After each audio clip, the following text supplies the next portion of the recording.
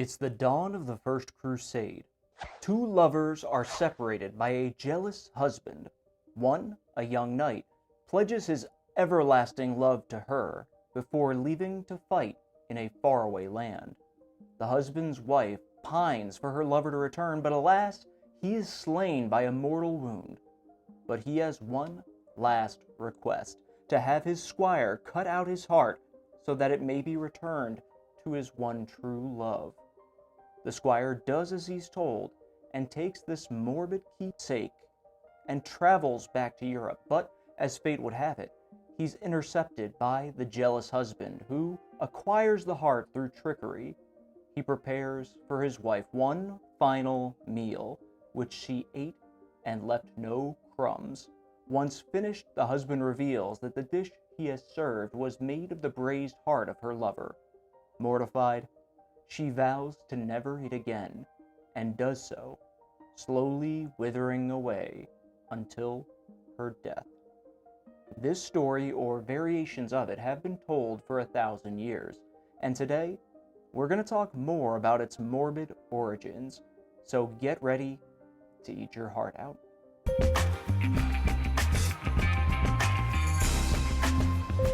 First, I hate to break it to you, but this story does not seem to be true, or at least not with these specific details.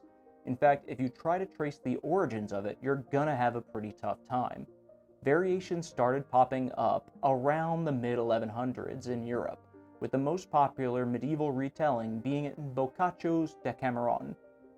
With these variations, sometimes they're lovers, sometimes the wife remains pure, sometimes it's a father instead of a husband, sometimes the wife joins a convent, or she jumps from a window.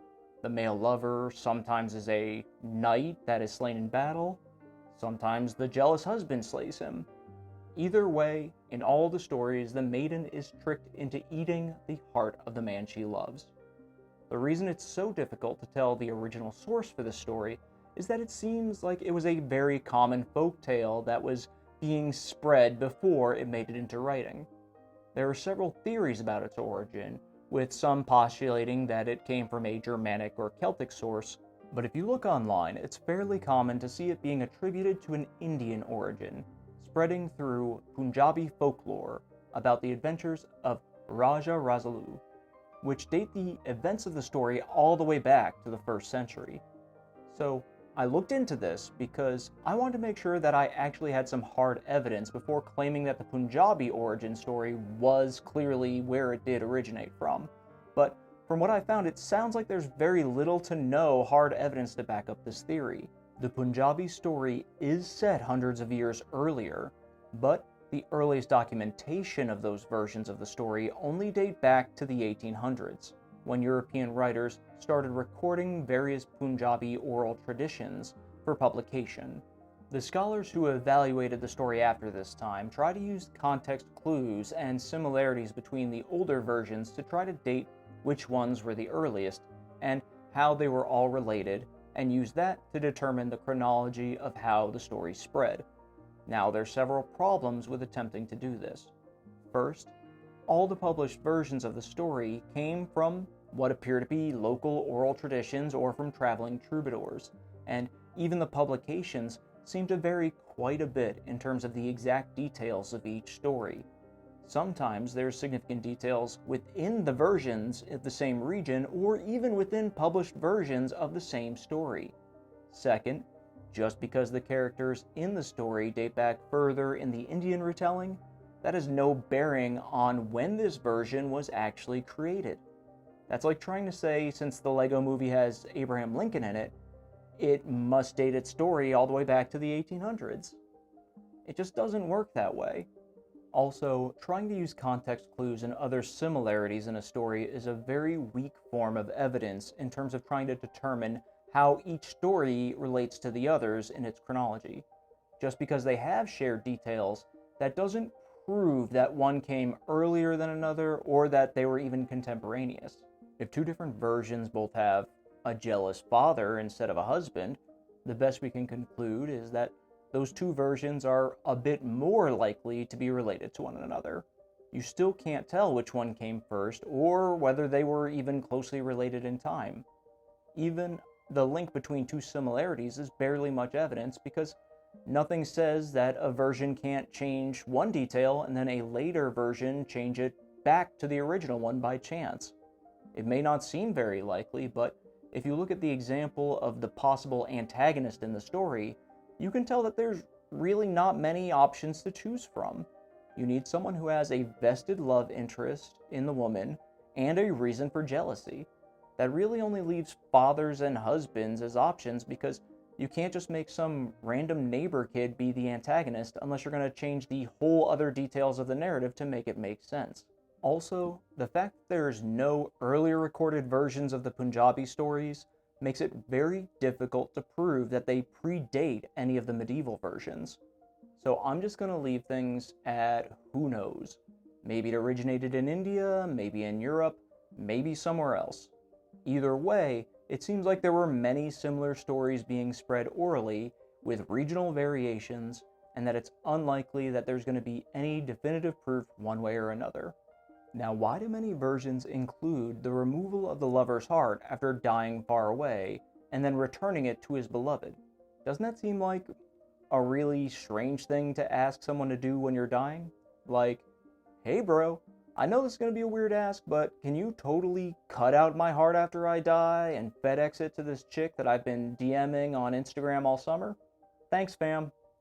Seems a bit weird, right? Like, that should not be a thing. Well, oddly enough, it was more common of a request than you would believe.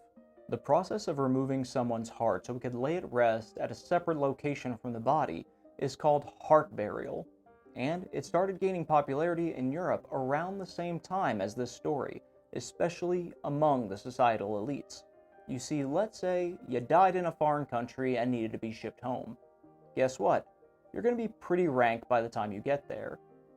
Thus, the embalming of corpses became pretty common. During that process, the internal organs would be removed, and this process opened up the opportunity to let people be memorialized in more than one location, as you could keep your body in one place after you died, but then send your heart or other organs somewhere else. But generally when this was done, it was for memorialization purposes, and I couldn't find much evidence of it being done as a symbolic gesture of love.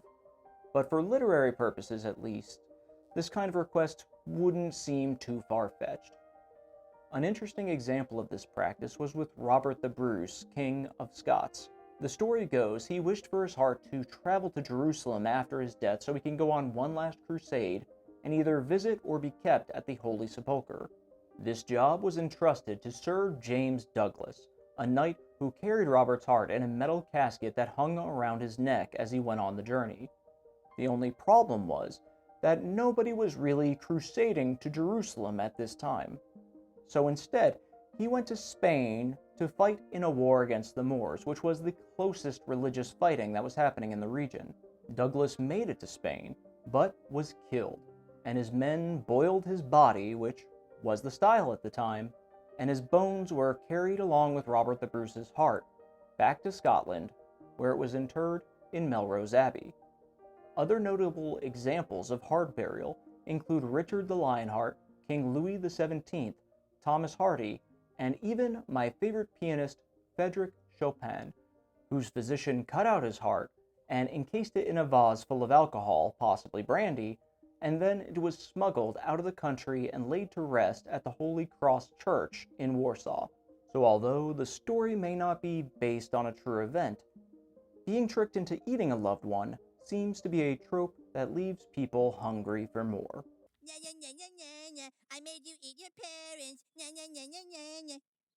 I'm Frank Chopatini with Servetti Software, and I'll see you in the next one. Servetti helps services run better. For a demo or free trial, email frank@servetti.com or leave a comment.